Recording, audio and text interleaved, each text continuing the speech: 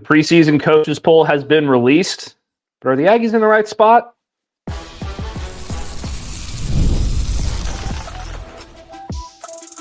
You are Locked On Aggies, your daily podcast on the Texas A&M Aggies, part of the Locked On Podcast Network, your team every day. Welcome in. You are Locked On the Texas A&M Aggies. I'm your host, Matt Galatzan, publisher of Texas A&M Aggies on SI. Today, joining me is my colleague over at Aggies on SI, Zach Dimmitt. Thank you for making Locked On Aggies your first listen every day, part of the Locked On Podcast Network, your team every day. Today's episode is brought to you by Gametime. Download the Gametime app, create an account, and use code LOCKEDONCollege for $20 off your first purchase. Zachary, we finally have our first legitimate preseason poll that has been released. The USA Today Coaches Poll is out, and it is official. And there's some interesting things in there. So we're going to get into that today. We're going to get into a new exciting commit for Texas A&M. And we're going to close out the show with a little bit of a prediction game that we saw as well. So that'll be fun to close out the show with. But Zach, as I mentioned, USA Today Coaches Poll is out, and I'm not sure that I like where the Aggies are sitting. Yeah, 21 is where they're at. I was a little bit surprised too. I thought they'd be a little bit higher. Being in the SEC, being a team that was right on the brink of being in the SEC championship last season. Returning a lot of really key pieces, got a lot of major talent from the transfer portal as well. So there's no reason to think that there's going to be any sort of decline. The joke, of course, all offseason is 8-4 with A&M. There's no way that they're going to be a worse team than that record, in my opinion, next season. So I was a little bit surprised, but there's a lot of good teams in the country. And of course, with these preseason polls, they're kind of meaningless in a way. If you ask the coaches, they're just going to say they're going to ignore them. So it's not like it means a lot to A&M potentially, but it could also be some motivation, even if they don't admit it. So we'll see how that goes. But yeah, 21 is where they're at. Behind teams like Indiana at 19, Kansas State at 20. I would probably put A&M above those two, in my opinion. Tennessee at 18, you can make a debate there that A&M should be below them. But yeah, SMU at 16 was one I was surprised on as well. I thought A&M, should be above SMU. I know they're coming off a CFP appearance, retain some key talent there as well. But I don't know. I just didn't agree with it, and I thought they should have been a little bit higher than 21. Yeah, not only are they number 21, but they're tied for number 21 with Iowa State, which is, right. I think the third team in the Big 12 that's on this list, or the second team in the Big 12 that's on this list.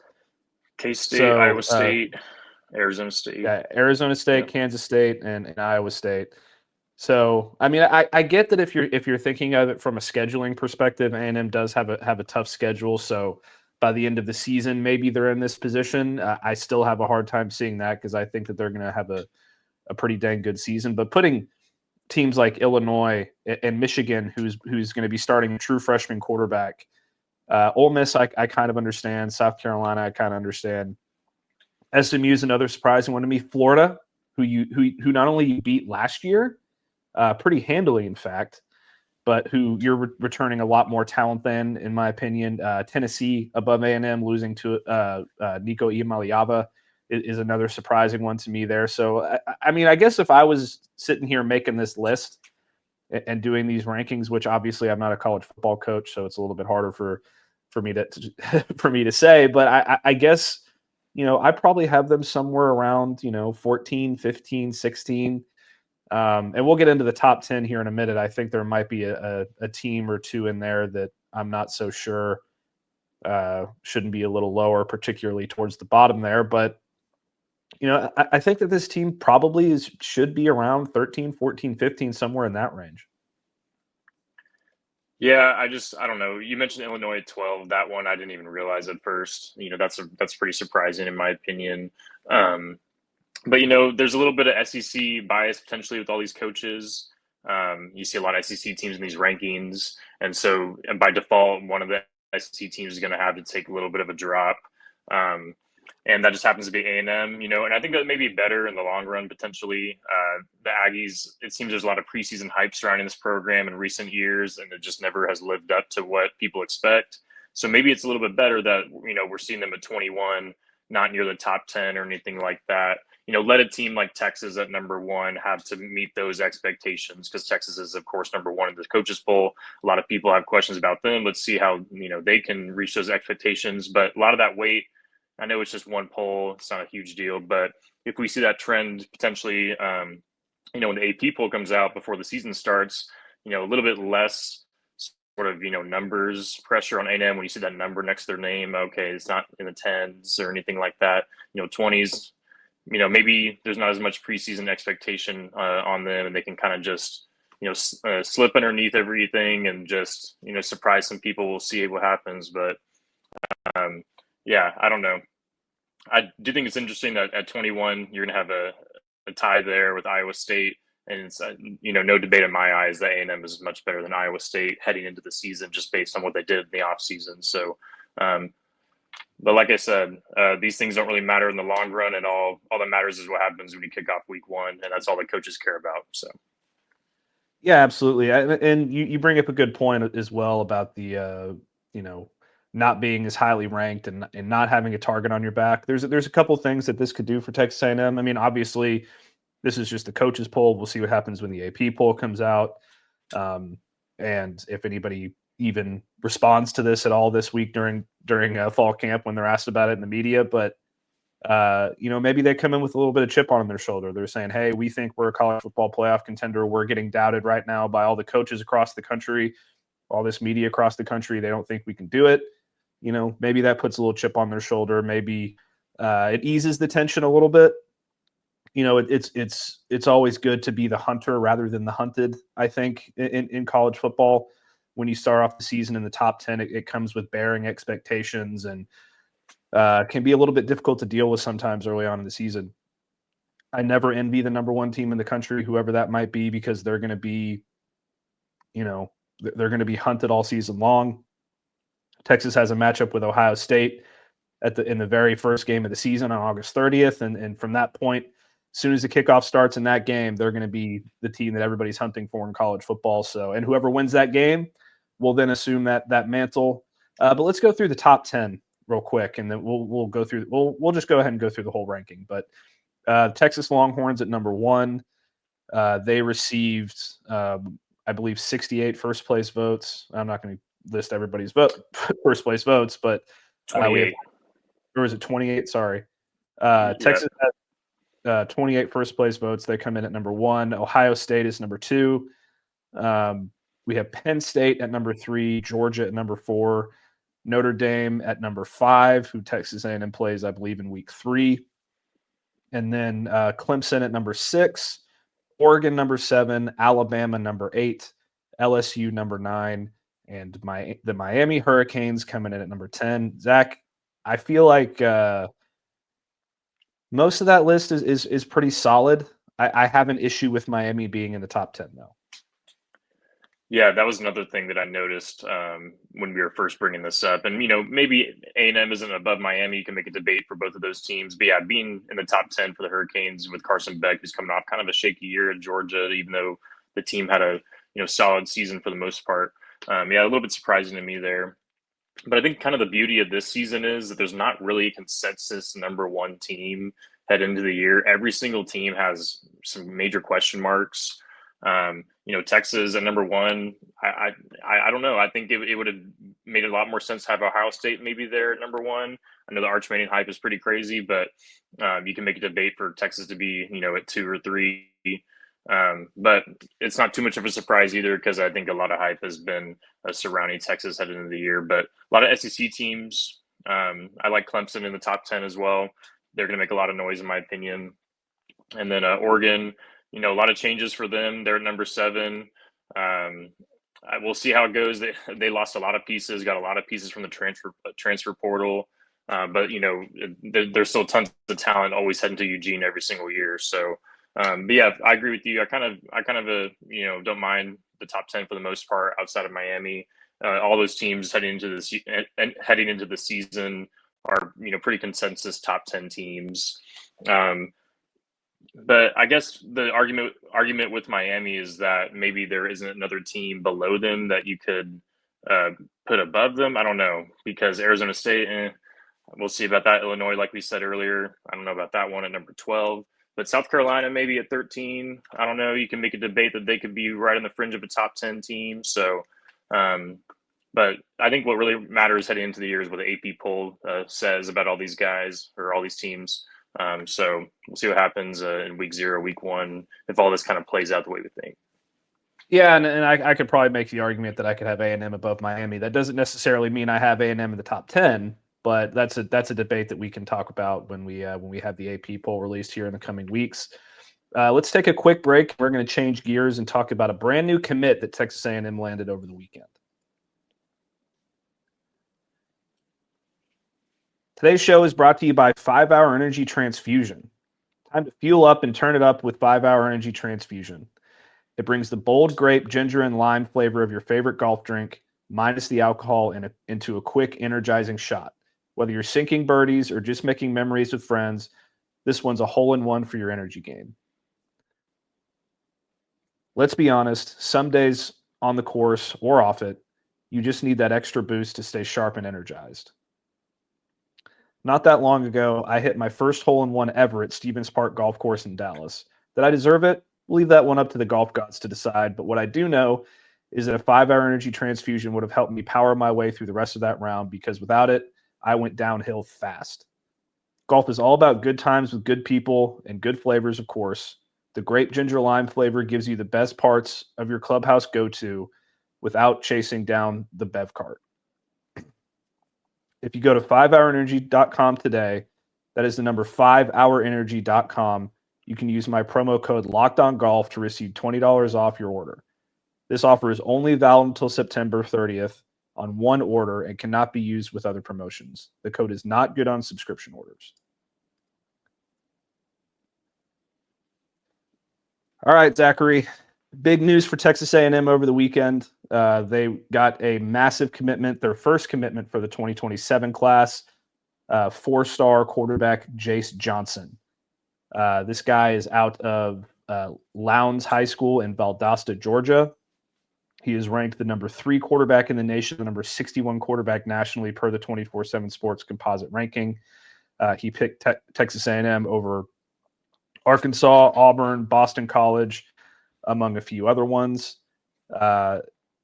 This is just a massive get. It's always good to start your your recruiting class off with a quarterback. They are kind of the guy that everybody flocks to during those classes. It helps attract receivers and running backs and offensive linemen, and they're usually very adept at leading the way in those throughout those recruiting battles. But just a huge get from Mike Elko and company. Not only are they crushing it on the 2026 trail, but now you move over to 2027 and they land one of the best quarterbacks in the country and just a physical freak in Jayce Johnson. Yeah, we've talked about it on this show. There's been lots of focus on the 2026 class, but 2027 class, the work there doesn't stop at all. And this is evident of that. They're continuing to focus on the future. Not just next season after this, but even 2 seasons down the line. So, but the important thing is, especially in this age of recruiting, is that the recruitment does not stop whatsoever with Jayce Johnson. A&M, the coaching staff, Mike Elko, they need to be all over this guy all the way leading up to signing day. I'm not saying that he's not committed to the Aggies, just long term, despite verbally committing. But I just think that in this age of recruiting, there's going to be lots of deals thrown his way, especially as he continues to grow in high school. 2027 is still so far away, for him to actually arrive at College Station. So I just think that he's going to keep getting better. He's going to keep receiving tons of offers. He's already got tons of SEC offers. So, the verbal commitment is great, as we have seen many times with teams all around the country, A&M included. That only goes so far leading up to signing day. So I just think that it's a great step in the right direction, but the recruitment continues and it needs to be super strong moving forward, because you don't want a guy like this to even consider going somewhere else. But I think, once he does get to College Station, everything goes, the way we would hope, that he's going to be, the future at quarterback for A&M. I know you got Helaman Kasuga coming in next year, 2026 class, but I don't know. I just think Jayce Johnson would really be the future there in College Station. We'll see how things work out, and it's still a long way down the line. But Andrew Ivins, director of scouting there at 24/7 Sports, says he's physically advanced as a quarterback. So that's pretty big compliment right there. It says a lot about what he could do as he continues to grow, because he's still a pretty young guy. So like I said, it just has to be something that A&M has to keep their foot on the pedal with in that recruitment, to make sure that he's all in on A&M for the next 2 seasons. Yeah, absolutely, and this continues the trend for Texas A&M as well. And I'll get a little bit more into his scouting report here in a second for those that are waiting to hear that. But this is a continuation of a great trend for Texas A&M as far as recruiting quarterbacks. Going all the way back to 2022, you had Connor Wegman, 5-star. Obviously, he didn't work out because your 2023 quarterback, 4-star Marcel Reed, went in there and stole that job from him and became Texas A&M's quarterback of the future there.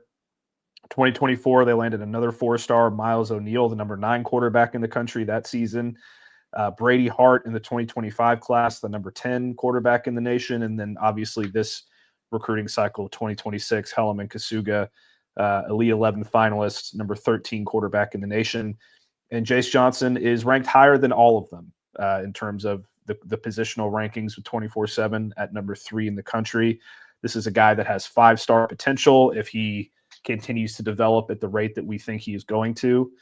And, if he's very excited about what he's seen with Texas A&M as well. He told 24/7 Sports that they have shown so much love to him throughout his recruitment that, it was very difficult for him to really look anywhere else, because they've been on him since the beginning, and that played a huge role. And, he's got a great relationship with that coaching staff as well, which is something that you're starting to hear a lot of from these commits that have pledged to Texas A&M over the last few weeks. It's all about the relationships. It's all about how they feel about Mike Elko and their position coaches. And I think that that's really important. But yeah, you get into the scouting report, and you can kind of, from Andrew Ivins over at 24/7, you can really tell why this kid is so exciting. He played defensive back early on in his career before taking over as the quarterback and leading his high school to a 10-2 record as a first-year starter. He needs to get more consistent with his ball placement, but he can generate easy torque and has flashy ability to make some high-level throws to the second and third levels. He also likes to utilize touch on deep passes and will try to layer the football all over the field and around defenders. And he can also extend plays with his dynamic movements in the pocket and can move the chains with RPOs with his contact balance. So, this is a guy that really has, you talk about baseball players being 5-tool guys. If you're talking about a 5-tool quarterback, it's accuracy, it's arm strength, it's awareness, it's footwork, and it's running ability. And he seems like he has all 5 of those things. So it's just a massive, massive pickup for Texas A&M. Yeah, it's really not too often you see a potential guy that's seen as, a future program leading quarterback be a former defensive back. So that's pretty unique there, and definitely gives him a different perspective, potentially from the secondary. I know just at the high school level, at the prep level, but, having that knowledge already as a guy having played in the secondary could potentially give him some advantages down the line as he continues to grow as a passer and stuff. And we talked about the physical gifts, him being a runner, but only 3 rushing touchdowns last season, on 79 attempts. So it's clear that he's not trying to over run and, use his legs too much, because that's not what you want. You want him to, keep himself safe, keep himself healthy for the long term, while still continuing to focus on, developing as a passer. He's still got a lot of room to grow, but all the tools are clearly there. So I like, that was what I liked when I was looking, over his profile here, is that the rushing wasn't, too much of an emphasis. I just liked that because, this guy's still pretty young. You don't want to have him just continue to run all the way through high school, and then he gets to college and, he's already kind of been banged up a little bit. So I like to see that. And I said Helaman Kasuga, could potentially, not be the future if this guy comes in. It's not a knock on Helaman Kasuga at all. This guy is obviously extremely talented as a passer. It just goes to show how highly Jayce Johnson is viewed, that he could potentially knock him out of the, rotation, down the line. That's still a long way to go before we get to that point. But I just think that it's healthy, especially for A&M, to have two really talented guys in that room headed into the future that they can get, make each other better, maybe have an interesting future quarterback competition in College Station once Jayce Johnson gets there. So we'll see what happens. Yeah, and this is a guy that's already 6'3", 210 pounds, heading into his junior year of high school. So he's one of those guys that could, really get up there as a big bodied quarterback that, that is very difficult to find. In the SEC, it's not every day that a guy that has the potential to be 6'4", 6'5", 230 pounds by the time he's starting as a freshman, perhaps, or as a sophomore. That's a very coveted thing. So that's great there. And also, before we close this one out, another opportunity for a pretty cool storyline here, because the number 2 quarterback in the 2027 cycle, Kavian Bryant, is a major target of the Texas Longhorns, and the Longhorns are considered the favorites for him at the moment. So this, assuming Jayce Johnson ends up with the Aggies, and if, Kavian Bryant ends up with the Longhorns, you have 2 of the top 3 quarterbacks in the cycle playing for, rival schools. It kind of gives you flashbacks of Vince Young and Reggie McNeil back in the day for Texas and Texas A&M. So that could be another exciting little angle to watch there. But let's change gears one more time. We'll head into our final break, and when we come back, we're going to do a little prediction game for Texas A&M and their schedule. So stick with us, and we'll be back on the other side of this break. Today's show is also brought to you by Gametime. We've all been there, logging in early and waiting forever for concert tickets to go on sale, only to lose your spot for a show you've been dying to see. Live music should be about making memories, not dealing with the stress of ticket shopping. That's where Gametime comes in. Gametime makes getting concert tickets easier, faster, and prices actually drop as it gets closer to showtime. You can save up to 60% with their killer last-minute deals. Are you tired of endless scrolling trying to find the best deal? Gametime Zone Deals pick the best seats in your section for you. Take the guesswork out of buying concert and show tickets with Gametime. Download the Gametime app, create an account, use code LOCKEDONCollege for $20 off your first purchase. Terms apply. Again, create an account and redeem code LOCKEDONCollege for $20 off. Download the Gametime app. Last-minute tickets, lowest price, guaranteed. All right, Zach. It is time for a little prediction game. You know how much I love these. Hell, if we could do one of these every show, I would be happy about it. Fortunately, we won't have to do it for a while. I actually hate doing these, but they can be fun. Luckily, we won't have to do them much longer because the football season is approaching. And, we're going to get to talk about some real football as camp goes along as well. But CBS Sports recently put out a report or a prediction of the predicting the first loss of the season for every SEC team. Not just in the SEC, but overall throughout their entire schedule. We're not going to go through every single team because that would take us an hour, and we only have about 6 minutes left on this show. So we're just going to start with Texas A&M. I'm going to go first. I know a lot of people are picking the Aggies to lose to Notre Dame and South Bend. I think they win that game, and I actually think they win that game by double digits. I think it's a 10-point game for the Aggies, a 10-point win there. I'm saying Texas A&M starts the season very similarly to the way they did last year, only they beat Notre Dame. They go into the LSU game 7-0 in Death Valley, and that's where they finally falter, the first loss of the season. I think that environment is going to be crazy. I think that offense is going to be throwing the ball all over the field for the Tigers. They have a ton of speed at wide receiver. Garrett Nussmeier might be the number 1 pick in the NFL draft. If some team is dumb enough to pick him over Lenora Sellers, he should at least be the number 2 pick, though, probably.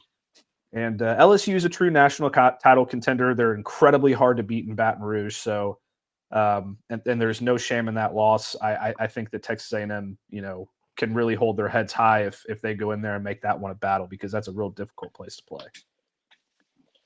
Yeah, you've been pretty high on A&M heading into Notre Dame, that Week 3 game. So even when we made our predictions, previously, you had been pretty high on them. So yeah, I like to see that. I'm gonna have to go with you on that one. I think that they beat Notre Dame. I don't know about double digits, But I think that they can get the win there for sure. And I'm going to go out on a limb and say that A&M's first loss is going to be on the road at Arkansas on October 18th. You know, I don't want anyone to get mad at me in the comments or anything, but I just think that, you know, there's going to be some weird game on A&M's schedule where they may slip up, and I think that might be one of them.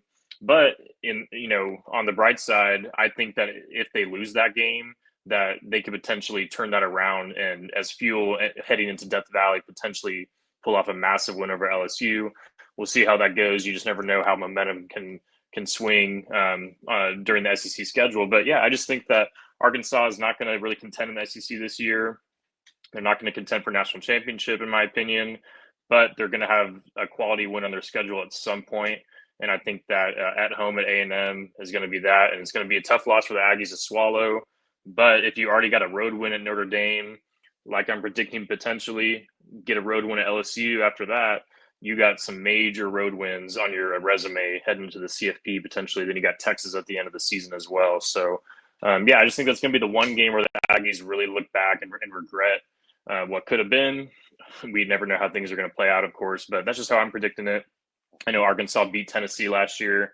That was, in Fayetteville as well. So Tennessee obviously went on to go to the CFP, didn't play well once they got there, but they were still a college football playoff team. And Arkansas, was able to, squeak by with the win there. So maybe there's a little bit of similar magic with Taylor Green again heading into this season. So yeah, it's a little bit of a bold prediction, but I just think you got to make some of these bold predictions, especially right when the season is about to start. We already know there's going to be lots of craziness this year. There always is.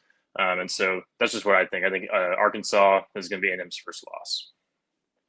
Yeah, I mean, and that's a rivalry game. This is the first time in quite some time that it's not going to be at at Jerry World in AT&T Stadium where they've been playing the last few years. But if you kind of look back at the history of this game, for one thing, Arkansas does lead the all-time series 42-36, but A&M has really had the edge in that series as of late, winning 1, 2, 3, 4, 5, 6, 7, 8, 9, 10, 11, 12 out of the last 13 matchups. And the kind of the rub here is that all of these games are super close for the most part. This is one of those Something's games got to give. Yeah, this is one of those games that could go either way every year. It doesn't matter how good one team is over the other. There's multiple examples of this being a one-score game final or like a late pull away from Texas A&M. I mean, 2 of the last 3 years, Texas A&M wins last year 21-17. 2022 they win 23-21. And just multiple examples of this game being a tight one. So I expect that to be the case again with the game being in Fayetteville this year. I do think A&M pulls it out, but if we've learned anything about A&M over the last couple of years, is that they tend to stumble in spots where they probably shouldn't. So until they change that, that narrative, then Zach and I have no choice but to believe that this is a possibility. So don't get mad at us in the comments. I still think they beat Arkansas. I think it's going to be a super close one that's going to make A&M fans a little bit uncomfortable. But if you just kind of look at the rest of A&M's schedule, there's a ton of stumbling blocks along the way. It's a very difficult schedule. We talked about Notre Dame at Notre Dame, which is your first road game of the season. There's not many harder places to play than Notre Dame. You got matchups with Auburn, Florida. You mentioned the Arkansas game, which is always a tough one. LSU in Baton Rouge. Missouri, who a lot of people are saying is a bit of a sleeper in the SEC. You also got Lenora Sellers in South Carolina on November 15th. And then obviously you wrap up the season in Austin on Friday, November 28th against the Texas Longhorns. We will wait to make our prediction for that game until the week of the game, probably, just so nobody yells at us in the comments. But it's a tough road for the Aggies, and we'll see where they land. But Zach has them losing to Arkansas. I have them losing to LSU. Those are their first losses of the season. If it's something else, you can come yell at us later, but that's what we're going to stick to right now. But that's going to do it for another episode of Locked On Aggies. Thank you for making Locked On Aggies your first listen today. For your second listen, please check out The Portal Show. Brian Smith has the latest rumors, portal entries, and signings. you can be the most informed fan on the rapid changes to the college football landscape. Find the portal on YouTube or wherever you listen to your podcasts. Don't forget to like the video and subscribe to our channel. Give me a follow over on Texas A&M Aggies on SI. Give Zach a follow on X. It's at Zach Dimmitt 7. Give me a follow on X at Matt Galatzan, and we will see you next time.